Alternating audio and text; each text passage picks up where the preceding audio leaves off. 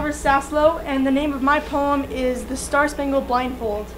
And in this poem, you'll see a common theme of how a soldier goes through hardships in war, as well as coming back home to society and what he or she really experiences. So, the Spangled Blindfold.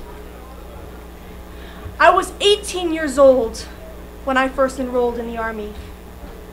Walking away from the flowing wheat fields, the children playing and giggling, the flowers flourishing, old men good-heartedly smiling at their chess game.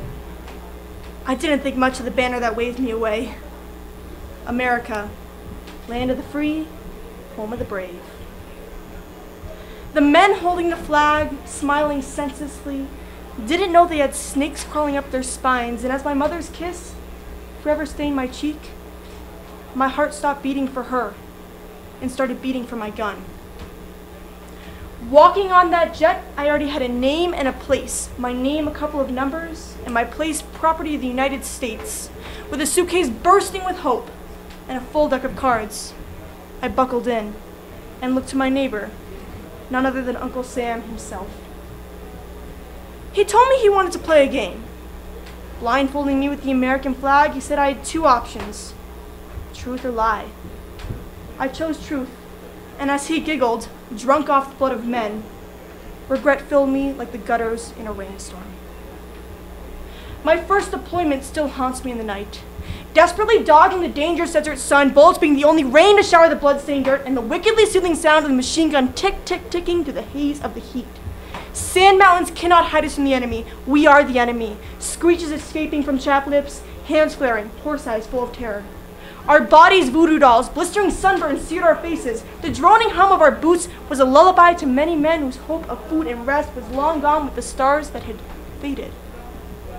Even comradeship could not help us to keep from becoming infected with the sickness of sanity. I looked to the bloody sunset that spurted out the innocent lives of those who were too obedient to understand. Our uniforms are ragged, along with the tattered hopes and dreams of true honor. The ringing in my ears is blocking out the panic and chaos. A mad case of rabies is leaching into each soldier's soul as I come to the realization that war did not kill my comrade, war did not kill my enemy. I pulled the trigger. I ended a life. Tipsy, turvy, wild, insane. The plane in my mind. One lands, the other remains unsettled. Peeping my head out of the aircraft arch, I squint my bloodshot eyes towards the rising sun. My family waits, waving, beaming with pride and happiness. Sure, they trained me how to kill a man, but they never trained me how to come home. Summoning my tired feet to file down the steep stairs, I scoff to myself when I see the mayor giving a speech to the returning veterans. America, land of the free, home of the brave. At home, my elegant poise comes crashing like a roaring waterfall booming down alarmed mountains who they themselves are trying to run from the ever-rising moon. My mirror relinquishes its clear glass to the cloudy beer bottle. The cracks not only reflect the razor cuts on my chin and the arm veins that bulge and swell because the truth is a poison to my blood, but this cracked mirror is a reflection of who I have become. I cannot even begin to explain the uncertainty that surrounds my being when I creep around my heart at the wood floors creak, and every step that I take is no longer a step that is mine. Forever vanished in a map of souls, I have lost my burning memories to the egotistical boy I once was. He mocks me as I am dragged into the cackling Red Sea, away from the waving puppets of people. Defeated, I look up from my knees. My eyes meet the mirror once again. My reflection has long gone. Uncle Sam has replaced that ghost.